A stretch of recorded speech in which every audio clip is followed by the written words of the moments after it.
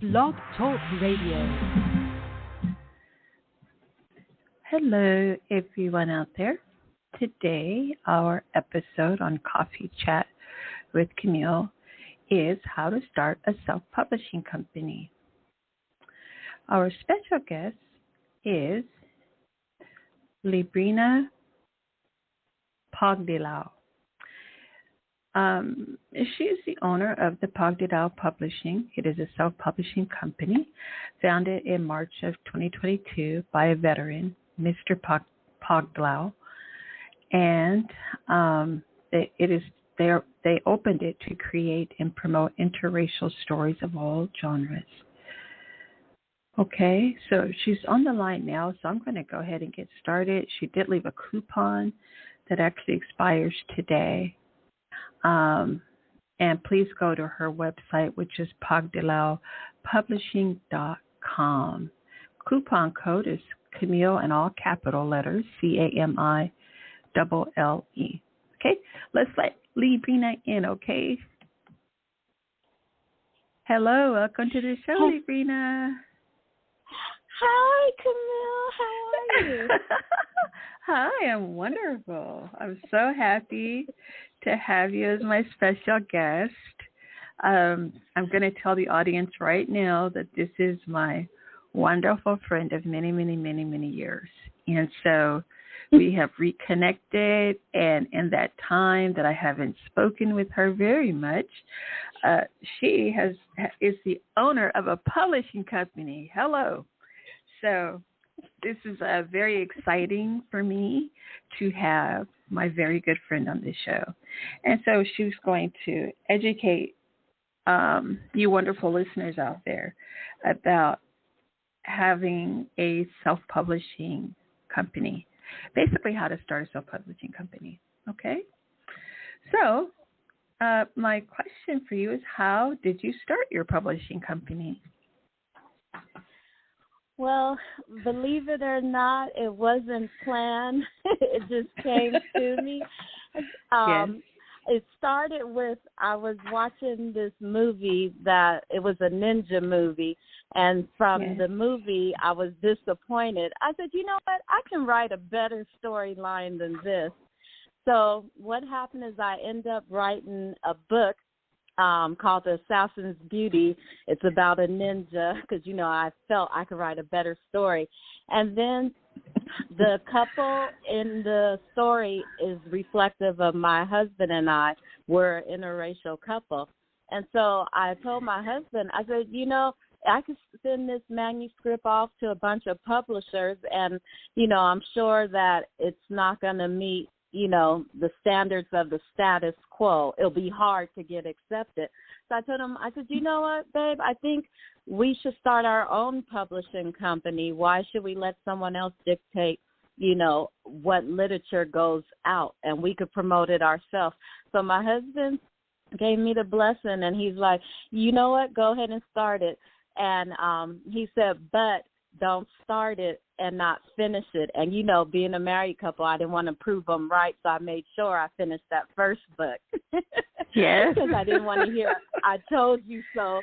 So from that, once I started writing the book and going through the process, we started the self-publishing company.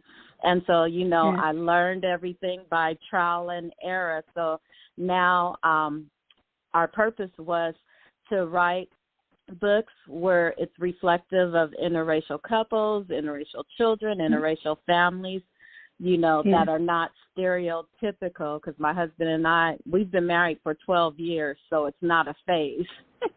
Yes, right, exactly. And then, who is your audience? My audience are teen and over. Yes, wonderful. And then what is your creative process for writing? Okay, well, I don't have the formal, you guys are going to laugh at this. I do not have the formal creative process. So basically my creative process begins with life. And I'll give you an example. The first book I mentioned, that book, the characters are reflective of my husband and my personality. You'll see parts of our personality in the book. And then I wrote another book. Camille, you're going to get me in trouble. But I wrote a horror book because something happened to me in life. And so I made a character about, I'll talk about my boss because I don't want to get myself in trouble. I had a boss that was not the best, and I created a book from those experiences that happened with that boss.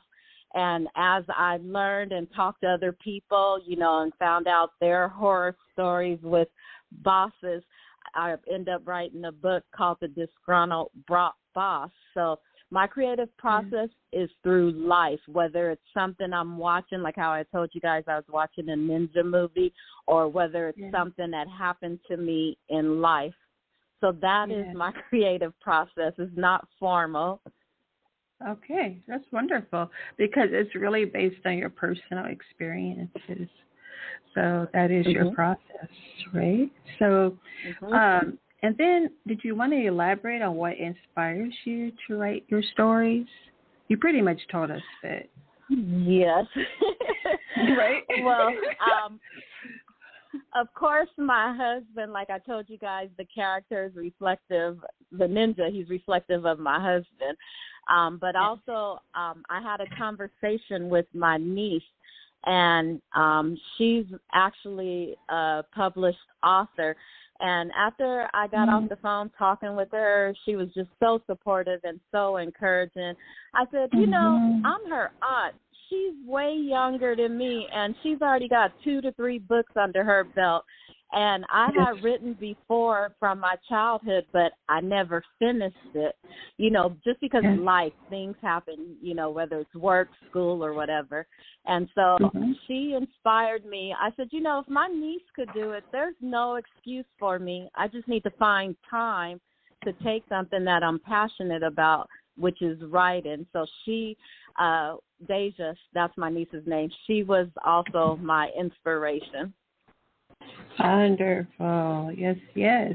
And what type of support system do you have, and who is the special someone that motivates you to write? So you did mention your niece and your husband. Yes. I would say the support system and the motivation, of course, it starts with my husband. And even if some of the reason is I don't want him to be right, to say, I don't want to hear, I told you so, that I didn't finish a book. So he's the biggest supporter. Of course, my friends like you, Camille, you're supportive. Of course, my family, you know, they're supportive, and my colleagues. So those are my support system. I surround myself with positive and supportive people. Excellent. Thank you. And then what was your editing process when you were editing your book? Okay. What was the process? The editing process, that was a trial and error because I learned what I didn't know that I needed to know, because I thought it was going to be simple. I write my book, you know, I spell check, do grammar checks, you know, and then, okay, you could get ready for publishing. No, it doesn't work like that. It's not that easy. So what happened is, you know, I had to learn the process because I thought I proofread my book excellent, you know, just like in academics, but it's not the same because you're talking to an audience, not a professor. So I had an editor, and I said, okay, so I just need an editor. I thought that's all I needed was one editor. That's what I mean by you don't know what you don't know. I learned that not only there are several editors. I had a main editor, I had a developmental editor, then there's a line editor, and then I learned that there was alpha and beta readers, so that became my editing process, and I had to build my team up before the book could even get to publishing it into an ebook or an audio book. So that became my editing process. I did so many rewrites because it was a learning experience because I didn't know what I didn't know. Yes, excellent. And then did you want to, because you mentioned the alpha reader and then the beta reader, did you want to just give our audience a brief definition as to what those two types of readers are or what the difference is between them? Mm-hmm. Both alpha and beta readers, they're people that proofread your work. Alpha reader is the one that proofreads and gives you ideas for your story, whereas the beta reader, they're the ones that will also proofread, but they tell you how your story comes across to an audience. So they don't give you ideas. They tell you, okay, this sounds like you're talking in different points of views and stuff like that. So those were things that I had to learn. I didn't even know what it was. I was like, is it alpha, beta? Is that a grocery store? I didn't know what all this stuff was. Yeah. I said, well, thank why you so much. Call them proofreaders? Yeah. Yeah, right. For proofreader, exactly. Yeah. Yes. And thank you. And then what was the blueprint or model used to create Pagdilao Publishing? Excuse me. So did you have an example of what you want your publishing company to be like? Yes. Well, this is what I had a vision of what I wanted because I said, okay, I know I'm not an expert in this, so I need to hire people that are experts. So my first vision was to start a company with the purpose, to promote interracial or diverse stories that are reflective of our society. And then my second thing that I had to focus on was building up my publishing team. So, that's when all the learning, like I learned, yes, of course, I could go on there and draw stuff, but it may look like scribble scrabble. So I had to hire a graphic artist to design my books, Then, like I told you guys, I hired all of the editors and I hired the people that actually format the book so it looks nice and publish it into an ebook. I had to hire a voiceover person that does the audio book. So the blueprint, it basically started with not knowing. So what I did is I Googled, how do you start your own self-publishing company? And then I just followed the magazine articles or the other articles. And basically it's like starting a business. You need to first have your vision, set up a website, get an EIN number, have your email. So it's just following those steps, and then as you read the articles, of course, they tell you if you're not an expert, then you can build up your team. So I didn't have a formal blueprint, like, okay, follow this business plan. I did everything from scratch, which was great because I learned, and now I know what I know now where I can help someone else say, oh, don't do this. This is the mistakes I made. This is the best way to do it. Excellent. And then do you know who are your competitors or if you have any? I don't feel that I have any competitors because a lot of the authors, they're very supportive. Like when I go and I talk to different people, they're very helpful. And the market is so big, it's like nobody is going to be without an audience to watch them because everybody has a preference. Some may like another author's writer. So I don't feel there's any competition because I feel like all the authors are very supportive. Of course, everyone wants to be a number one bestseller, but there's so much room for all of us to be number one bestsellers. Yes, indeed. And then, what are the pros and cons of running a self-publishing company? Okay, well, the pros are ownership. I can decide, do I want to distribute my books, to the different sites where they take part of the profits. Well, I shouldn't say part, a majority of the profits. So ownership, and I control all the rights to my book. I don't need to ask anyone for permission to sign with somebody else. So ownership is number one. Of course, finance, because what I sell on my website, I keep the majority of profits versus giving it out to other people. Another pro is the great connections I made from the team I built.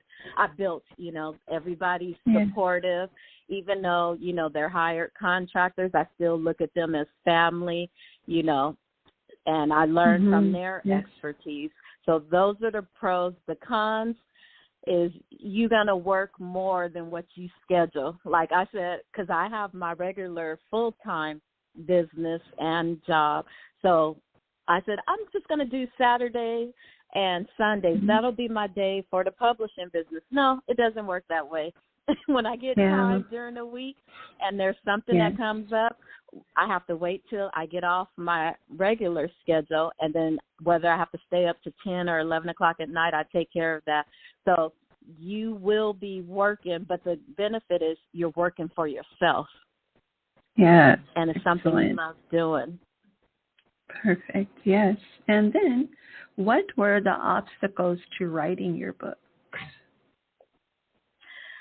The obstacles that I found was time. How I told you, like sometimes my regular work come into, like today, I had to finish working today on my regular business. So time is a factor. That I would say that was an obstacle for me. Okay, excellent. And then how did you overcome those challenges? I set up a schedule.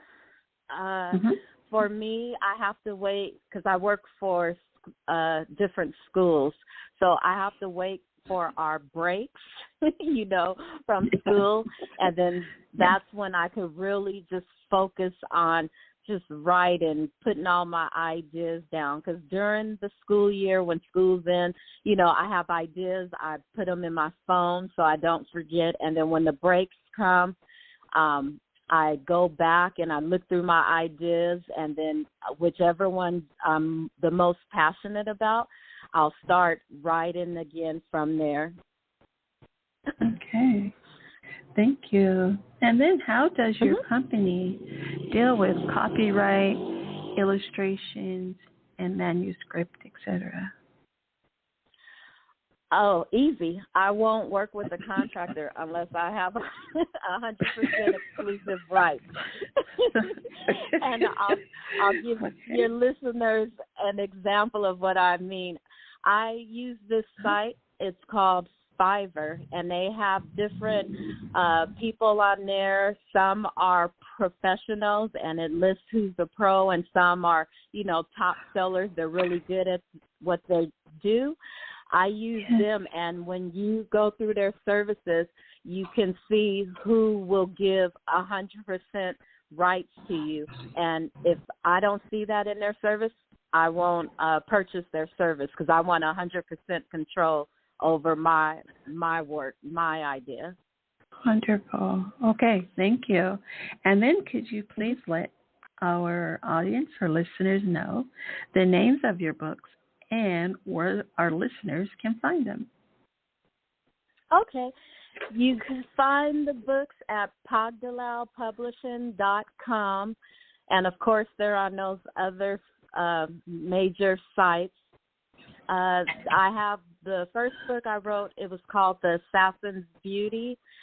And the second book that's coming out is called Terror Twin. Another book that will be coming out next year, it's a personal finance book in real talk. It's called Don't Show Me Your Bling, Show Me Your Portfolio.